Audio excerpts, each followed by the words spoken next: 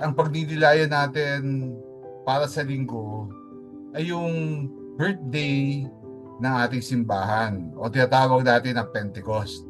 Bakit Pentecost? Kasi yung Pentecost, ay ibig sabihin ito yung 50th. Yung 50th day mula nung nabuhay muli si Jesus. So, dito, hiningahan ni Jesus ang kanyang mga disipulo. Hiningahan niya ng banal na spirito. Kasi dati, nakikita at naririnig na natin ang banal na spirito sa Old Testament, ano? Pero kagaya nung panahon ni Elijah, gentle whisper, bulong lang. Pero dito sa pagdating ng Espiritu Santo, malakas na hangin. Tapos tongues of fire dumating sa mga disipulo, no? Nasaan sila nung dumating ito? Hindi natin binasa to, no, ngayon sa gospel kasi nasa Acts ito eh. Pero ito yung ipagdiriwang natin. Nasaan ang mga disipulo nung dumating ang banal na Espiritu? Nakagaya na nagsisimbolo na ng tongues of fire. Nagtatago sila sa isang kwarto, nagdarasal. Natatakot na, naku, sila naman napapatayin ng mga Romano. Kasi wala na si Jesus. Wala na yung rest back nila, no? Marahil tanong nila sa sarili nila, ano ba ang papel ko sa sinasabi ni Jesus na tayo, magiging witness tayo to the ends of the earth? Dito po sa binasa natin, binigay ni Jesus ang shalom, yung kapayapaan. Yung kapayapaan sa puso na kahit nasa gitna ka ng pagsubok, paghihirap, takot, meron kang kapayapaan, hindi ka bibigay, hindi ka natatakot dahil sa iyo ang Panginoon. May pinangahawakan sila. May isang pangako na binigay si Jesus sa mga disipulo. Ano itong pangako na to na ibibigay niya, papadala niya ang banal na spiritu, yung advocate kung tawagin, o yung paraclete, Parakletos, ang Holy Spirit. Pag-usapan natin ang banal na spiritu o Holy Spirit. Pagka ba sinabing Holy Spirit, ano ang pumapasok sa isip natin? Usually, sinasabi natin, He is the third person of the Holy Trinity. Yung sa banal na sa tatlo. Parang ganito, no? Madaling makarelate kung sino ang tatay. Madali nating maisip pag sabi natin, Diyos Ama. Hindi mahirap makarelate kasi lahat tayo may tatay. Sino ba ang tatay? Siya ang may gawa ng langit at lupa, mga halaman, sangkatauhan, sangkalahatan. Pag sinabi nating tatay, provider. Pag sinabi naman natin ng anak, si Jesus, anong nga pumapasok sa isip natin? Kuya? Rest back, yung maaasahan mo pagka nasa gitna ka ng pagsubok o sa gitna ka ng kahirapan, sa gitna ka ng kasalanan. Kasi si Jesus ang pinag-uusapan natin, o si JC. Siya ang salita ng Diyos. Siya ang bumaba sa lupa para iligtas tayong mga makakasalanan sa ating mga kasalanan. Dapat tayo yung patay sa kasalanan, pero sabi niya, ako na lang.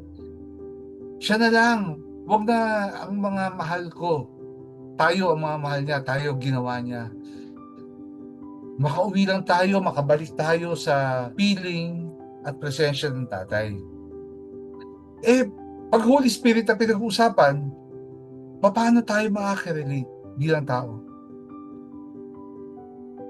Parang ano, no? Hindi kasi natin nakikita, hindi clear para sa atin, sino ba ang banal na Espiritu? Siya ang pinadala ni Jesus para samahan tayo, manahan sa atin, para tulungan tayong mamuhay ng matuwid. Diba? Para subukan nating gumawa ng mabuti. Para maalala natin na hindi tayo nag-iisa. The Holy Spirit is God living inside people. Nasa sa atin ang banal na Espiritu. Helping, guiding, kino-comfort niya tayo. Paano ba itong mga to? Mamaya papaliwanag natin. So, the Holy Spirit is the invisible presence of God. Parang ganito, no? Parang hangin.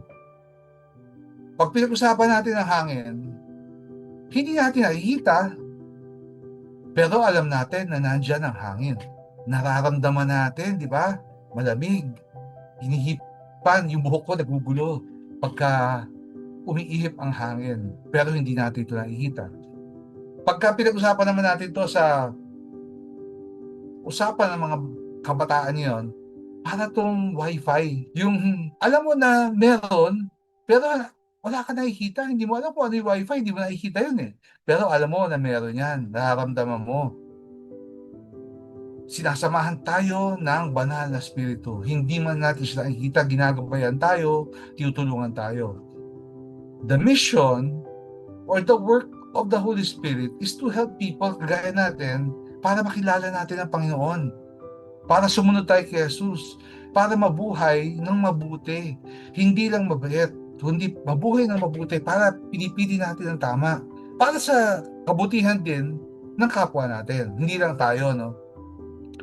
Nang dumating ang Holy Spirit sa mga disipulo, nawala ang takot nila, no?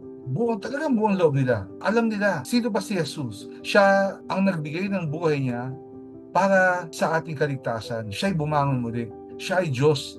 Nagkaroon sila ng lakas ng loob na iproklama sa lahat ng tao sa paligid nila that Jesus is Lord. Tapos nakapagsalita sila ng iba-ibang lengguwahe. Yung mga tao na galing sa iba't ibang lugar, naiintindihan sila sabi nila kahit hindi naman sila galing sa kung saan man galing yung mga tao na yun. No? Pero ito isang importante gusto kong sana maintindihan ninyo. Sa John 3, nag-uusap si Nicodemus, yung namumuno sa mga Hudyo. Nakita sila ni Jesus ng gabi. Tapos sabi niya, Rabbi, o para sabi, Lord, alam ko na ikaw isang guro na galing sa Panginoon. Marami kang nagagawang mga kababalaghan, yung mga miracles na nagagawa ni Jesus. Sabi niya, paano nga ba? How can I enter the kingdom of God? Sabi niya, paano nga ba pumasok sa kaharian ng Diyos? Sabi ni Jesus, Amen, amen, I say to you, no one can see the kingdom of God without being born again. Being born again, lagi natin itong naririnig, lagi itong ginagamit sa atin, mga Katoliko na mga kapatid natin, mga Protestante, no? Kailangan born again ka. Born again ka na ba? Tatanungin ka. Sabi pa ni Nicodemus, how can a person na malaki na, paano siya papasok uli? Paano siya magiging born again? He cannot enter a mother's womb, sabi niya. Pero sabi ni Jesus, ito yung pinutol ng mga kapatid nating mga Protestante. Sabi ni Jesus, Amen, amen, I say to you, no one can enter the kingdom of God without being born of water and Spirit. Pinutol ng mga kapatid nating mga Protestante to. Pero andito yung gist. Ito yung importante, yung being born of water and Spirit. Ano ibig sabihin nito? Ang pagpasok sa kaharian ng Diyos ay pagkakaroon ng buhay. Buhay na kasama ang Diyos. Halimbawa nangyari, no? Ganito yan. Nung creation, sa unang-una pa lang na sinulat sa Heresy, sabi, the Spirit of God is hovering over the waters. So, merong Spirit, merong water. So, nagkaroon ng buhay, nagkaroon ng halaman, nagkaroon ng mga hayop, nagkaroon ng laman dagat, nagkaroon ng tao. Andun yung Spirit, andun yung water. Tapos, nagalit ang Diyos kasi naging makasalanan, di ba? Nagkasala si Adan at Eva hanggang sa umabot kay Noah. Sa panahon ni Noah, nagkasala ng husto yung mga tao. Nagalit ang Panginoon. Nagsisisi na siya, bakit niya ginawa ang tao? Pero dahil mayroong isang matuwid na si Noah, nagbagong isip niya, nagpagawa siya ng arko, umulan ng 40 days and 40 nights, tapos lumutang yung arko, no? Tapos, tumigil ang ulan. Nagpalipad ng raven si Noah. So, bumalik, walang dala-dala. Mamayang konti kalapate, may dalang dahon ng olive tree.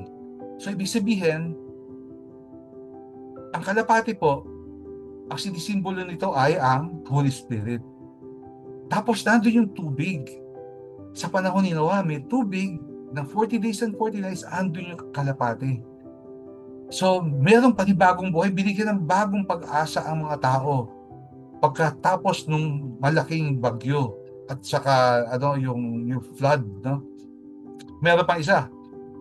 Yung binigyan si Jesus, narinig natin ang boses ng tatay, sabi, "This is my son, listen to him." Tapos andun yung presensya ng banal na spirito bilang isang kalapati. Tapos binuhusan siya ng tubig ni John the Baptist. Andito na naman ang tubig at ang presensya ng banal na spirito. Meron uling buhay. Buhay para sa atin. Binigyan tayo ng pagkakataon na magkaroon ng buhay na walang hanggan muli. Pero eto ngayon, tong araw na to, ang ipag-celebrate natin, yung birthday ng simbahan. Ano ang meron? Dumating ang tongues of fire, symbolizing the Holy Spirit. Tapos, dahil nakapagsalita sila ng iba-ibang lengguwahe, 3,000 tao ang nabinyagan. Andito na naman ang presensya ng banal na spirito, meron na naman tubig na bininyagan yung 3,000 tao. So whenever there is the Spirit and there is water, there is new life. Ang buhay na binigay ngayon ay buhay ng simbahan. Tayong lahat yan. Pero ngayon, ang tanong po, ano ba ginagawa ng Holy Spirit? Ano bang ginagawa niya para sa ating mga tao? So, bigyan ko lang ng ilan. Number 1, guidance. Alam niyo yan, yung minsan, meron tayong gustong gawin. Alam natin, mali. Pero may nagsasabi sa atin, may nag-uudyok sa atin, may sumisiko sa yung gano'n, no? Sabi, "Hoy, huwag mo gawin yan." Banal na spirito yun. Kunyari, sample, gusto nating magsinungaling. Pero dahil naramdaman natin itong sinasabi ng spirito, "Hoy, huwag mo gawin yan." Banal na spirito nagsasabi sa atin, yun, nagagay siya sa atin. Ano pa? Binibigyan niya tayo ng comfort. Ano yung comfort na yun? Yung pagkatakot ka, kagaya na nangyari sa mga disipulo, natakot sila na sila lang ang napapatayan. Nakaramdam sila ng calmness. Kahit na alam nila na sila naman ang susunod, merong ganun, no? Parang siguro, bibigay ko na ng example to, no? Na ako, alam ko may sakit ako, alam ko hindi madali itong sakit ko, na pwedeng kung ano mangyari sa akin, pero there's a certain calm. Kasi alam ko, lahat tayo ay templo ng banal na spirito. Nasa akin ang banal na spirito, nasa inyo ang banal na spirito. We are temples of the Holy Spirit. Kaya nako-comfort niya tayo. Nako-convict niya tayo. Kunyari may kasalanan tayo nagawa. Parang alam mo, may nagsasabi sila, "Uy, may mali kang ginawa." So, parang may feeling tayo ng guilt. Pero yung feeling ng guilt na yun, ang banal na spirito, ang nagsasabi sa iyo na meron kang nagawang mali. Meron pa, no? Pang-apat, yung kakayanan na magmahal, yung kakayanan na magpatawad, kahit na minsan yung ginawa sa atin, napakasakit. Pero yung banal na spirito, inuudyokan ka na, "Uy, patawad ka." Banal na spirito yun. Siguro meron pa isa na lang. Pagka kunyari, naglalakad ka, ito yung joy naman, joy, ang binibigyan ng Holy Spirit. Kaya naglalakad ka sa isang lugar na ang ganda-ganda, tapos nakita mo yung ganda ng lugar. So, na-overjoy ka kasi alam mo, ito ay gawa ng Diyos. Galing sa banal na spirito yon, yung pakiramdam na yon. So in short, ang banal na spirito ay God's way of being close to us, helping us grow. Binibigyan tayo ng lakas, binibigyan tayo ng kapayapaan. Ngayon, bibigay ko lang yung 7 gifts of the Spirit. Hindi ko napapaliwanag to. Ang 7 gifts of the Holy Spirit, yung wisdom, yung kaalaman, yung ma-discern natin yung gusto ng Panginoon. Kung alin ang pipili natin tama, between good and bad, pipili natin tama. Understanding, yung mga bagay na hindi natin maiintindihan ng sarili lang natin, kung hindi tayo tutulungan, ang nagtutulong sa atin ng Banal na Espiritu. Counsel, ibig sabihin yung knowing the right thing to do. Yung helping others, counsel yan. May nagsasabi sa atin na gawin mo yan. Fortitude, yung bang strength and courage to persevere. Pagka nasa lugar ka o sa isang sitwasyon ka na nasa alanganin o adversity. Knowledge, piety, yun yung reverence, yung pagdadasal sa Panginoon. At saka yung fear of the Lord. Yung fear of the Lord, yung gusto natin gawin yung tama kasi alam natin yun ang tama. Hindi dahil natatakot tayo sa Panginoon, kundi dahil alam natin, pag hindi natin ginawa ang tama, masasaktan natin ang tatay. So, yon. Pero ito yung mas gusto kong bigyan ng pansin. Konti na lang po, bunga. Fruits of the Holy Spirit. Nakikita to sa Galatians chapter 5. Ano ba itong mga fruits of the Holy Spirit na to? Ito yung love, joy, peace, patience, kindness, goodness, faithfulness, gentleness, and self-control. Sa iba tradition, sinasabi pa nila kasama modesty, continence, and chastity. Pero huwag na natin pag-usapan yun. May nagsasabi na, sinabi sa Galatians na the fruit of the Spirit, isa lang ang fruit ng Spirit, love. Pero if you have love, you have joy. If you have love, you have peace. If you have love, you have patience. If you have love, you have kindness. If you have love, you have goodness. If you have love, you have faithfulness. If you have love, you have gentleness. If you have love, you have self-control. So, konti lang sa bawat isa. Ano ba tong love? Love na to, di ba, alam naman natin, 4 na klase sa Greco ang love. Yung eros, pagmamahal sa asawa, yung meron pagmamahal sa kapwa natin, pagmamahal sa pamilya, pero yung pinaka-importante yung pagmamahal na natanggap natin sa Diyos. Ito yung caring for others without expecting anything back. Walang kapalit. Ito yung agape love. Example, kunyari meron kang may sakit na kapitbahay, hindi mo naman obligasyon, pero tinutulungan mo, binibigyan mo ng gamot sa oras kasi walang mabibigay sa kanya, yun pagmamahal yun. Joy naman, ito yung feeling na kahit na nasa gitna ka ng hirap, gaya sinabi ko kanina, meron kang ligaya.